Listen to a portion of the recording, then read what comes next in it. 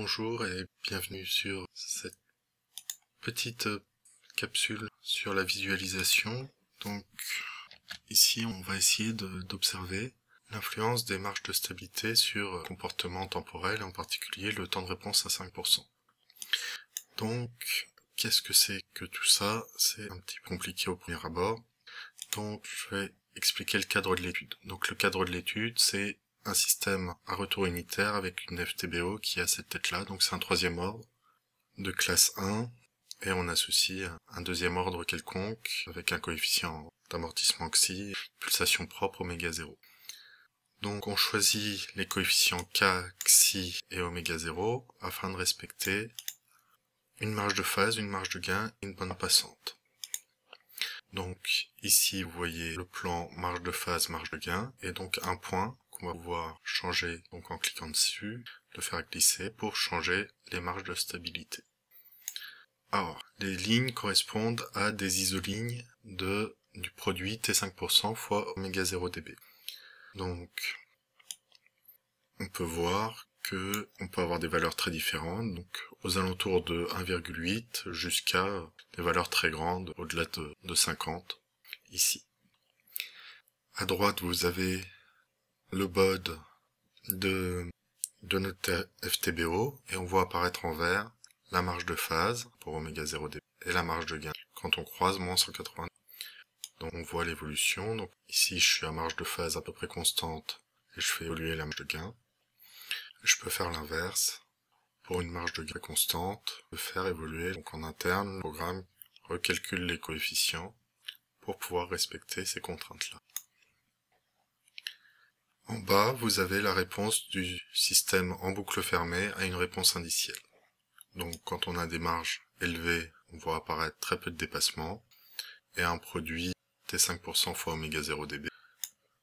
Donc là, vu qu'on est à oméga 0 dB égale 1 radian par seconde, on voit qu'avec des très grandes marges de stabilité, au-delà de 70 degrés en marge de phase, et au-delà de 13 dB en marge de gain, on n'a pratiquement pas de dépassement, ou si on a un dépassement, il est extrêmement faible.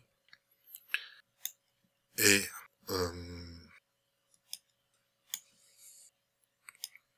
le temps de réponse à 5% est toujours compris entre 1,5 et 3 dans cette grande zone-là. Si on se rapproche de cas qu'on retrouve typiquement dans les sujets avec 45 degrés 6 décibels, on se retrouve avec des dépassements beaucoup plus marqués, avec ce cahier des charges là par exemple, quand on atteint pile 45 degrés et 6 décibels de marge de gain, et un temps de réponse à 5% qui là s'éloigne quand même assez nettement on se retrouve autour de 8. Alors avec une marge de gain de 10 un peu plus grande, de 10 décibels, on se retrouve à 6. De la même façon, si on est à une marge de gain de 6 décibels, mais une marge de phase assez élevée, on se retrouve autour de 5. C'est rare qu'on respecte à la fois une marge de phase relativement faible et une marge de gain relativement faible en même temps, donc c'est aussi intéressant de se rendre compte de ce qui se passe avec, par exemple, une marge de phase à 45 degrés, une marge de gain très grande.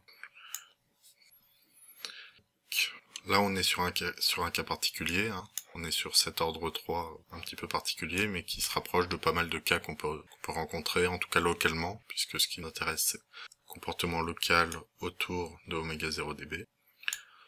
Donc pour se rendre compte, oméga 0 dB, si on le multiplie par 10, si on le fait évoluer d'une décade, constante de temps, le temps de réponse à 5% est divisé par 10, donc là on est aux alentours de 3. Et si on a oméga 0D qui atteint 10 radians par seconde, on va être aux alentours de 0,3.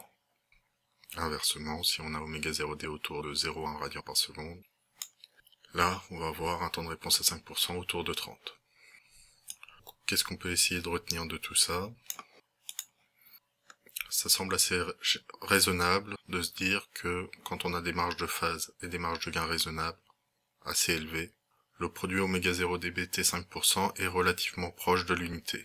Il est a priori plutôt compris entre 2 et 6 quand on a des marges raisonnables.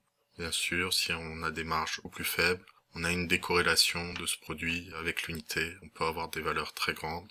non pas que la dynamique change énormément. On a une dynamique encore très importante ici, sauf qu'elle ne permet pas d'avoir un temps de réponse à 5% raisonnable, dû aux fortes oscillations. J'espère que cette petite capsule vous aura aidé à visualiser l'influence des marges sur la stabilité. Vous pouvez essayer de faire tourner le code Python sur votre ordinateur, il est disponible, un lien est disponible dans la description. Au revoir et à bientôt.